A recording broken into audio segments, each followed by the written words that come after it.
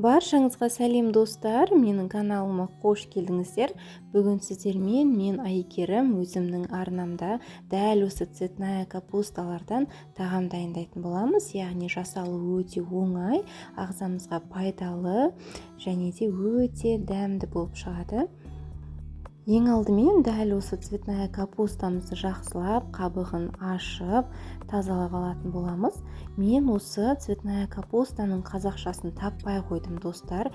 Егер қазақша аудармасын білсеңіздер, міндетті түрде менің комментарийіме жаза кетіңіздер. Егер сіздер бұрын-соңды дәл осы капустаны ұнатпаған болсаңыздар, немесе қалай жасалу жолын білмеген болсаңыздар, дәл осы мен дайындаған рецептпен жасасаңыздар, сіздерге ұнайтыны сөзсіз достар. Себебі дәл осы рецептпен жасасаңыздар, достар, сіздердің капусталарыңыз өте балғын және де дәмі ауызда еритін хош иісті болып шығады.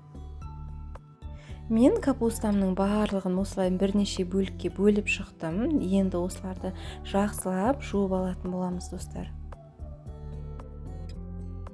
Капустамыздың барлығын жақсылап жуамыз және де қайнап тұрған ыстық суымызға салып 3-4 минуттай қайнататын боламыз. 3-4 минуттан асып кетпесін достар, уақытқа қарап қадағалап тұрыңыздар. Енді осы аралықта біз капустамыздың үстіне құятын сұйықтығымызды дайындаймыз. Бұл сұйықтық біздің капустамыздың дәмін ерекше келтіріп тұратын болады. Мен барлығын бірден салып араластырғанды ұнатамын. 2 дана жұмыртқамызды салып алдық. Енді осының үстіне 2 ас қасық қаймағымды да салдым.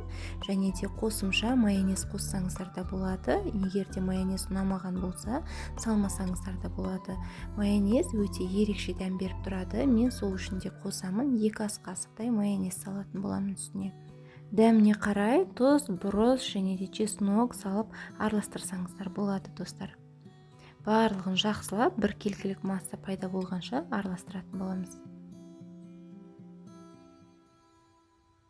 Осы аралықта біздің капусталарымыз да қайнап болды. Қайнаған капусталарымызды суынан сүзіп алып, суытамыз және де дәл осындай кез келген формада ыдыстарыңызды астын майлап, өзіміздің дайын суыған капусталарымызды ретімен орналастырып шығатын боламыз достар.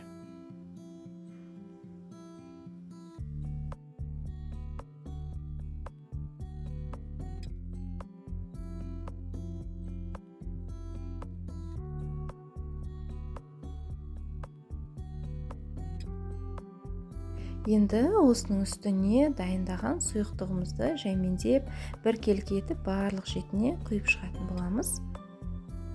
Және де осы аралықта газдарыңызды қыздыруды ұмытпаңыздар. 180 градуста беті қызарғанша 15-20 минуттай пісіріп алатын боламыз достар. Газға салмас бұрын бетіне сыр себуді ұмытпаңыздар достар. Сыр бізге өте ерекше дәммен иіс беріп тұрады. Мінекей достар, біздің капустамыз да дайын.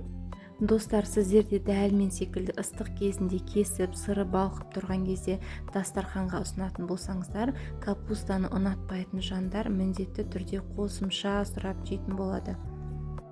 Достар, осымен менің видео рецептім соңына жетті. Менімен бірге видеоның соңына дейін тамашалағандарыңызға көп рахмет. Егер де менің видео рецептім сіздерге ұнап жатса, міндетті түрде менің каналыма тіркеліп, лайктарыңызды басып, қоңыраушаны басып қойыңыздар. Менің салған видео рецепттерімді бірінші болып көру үшін.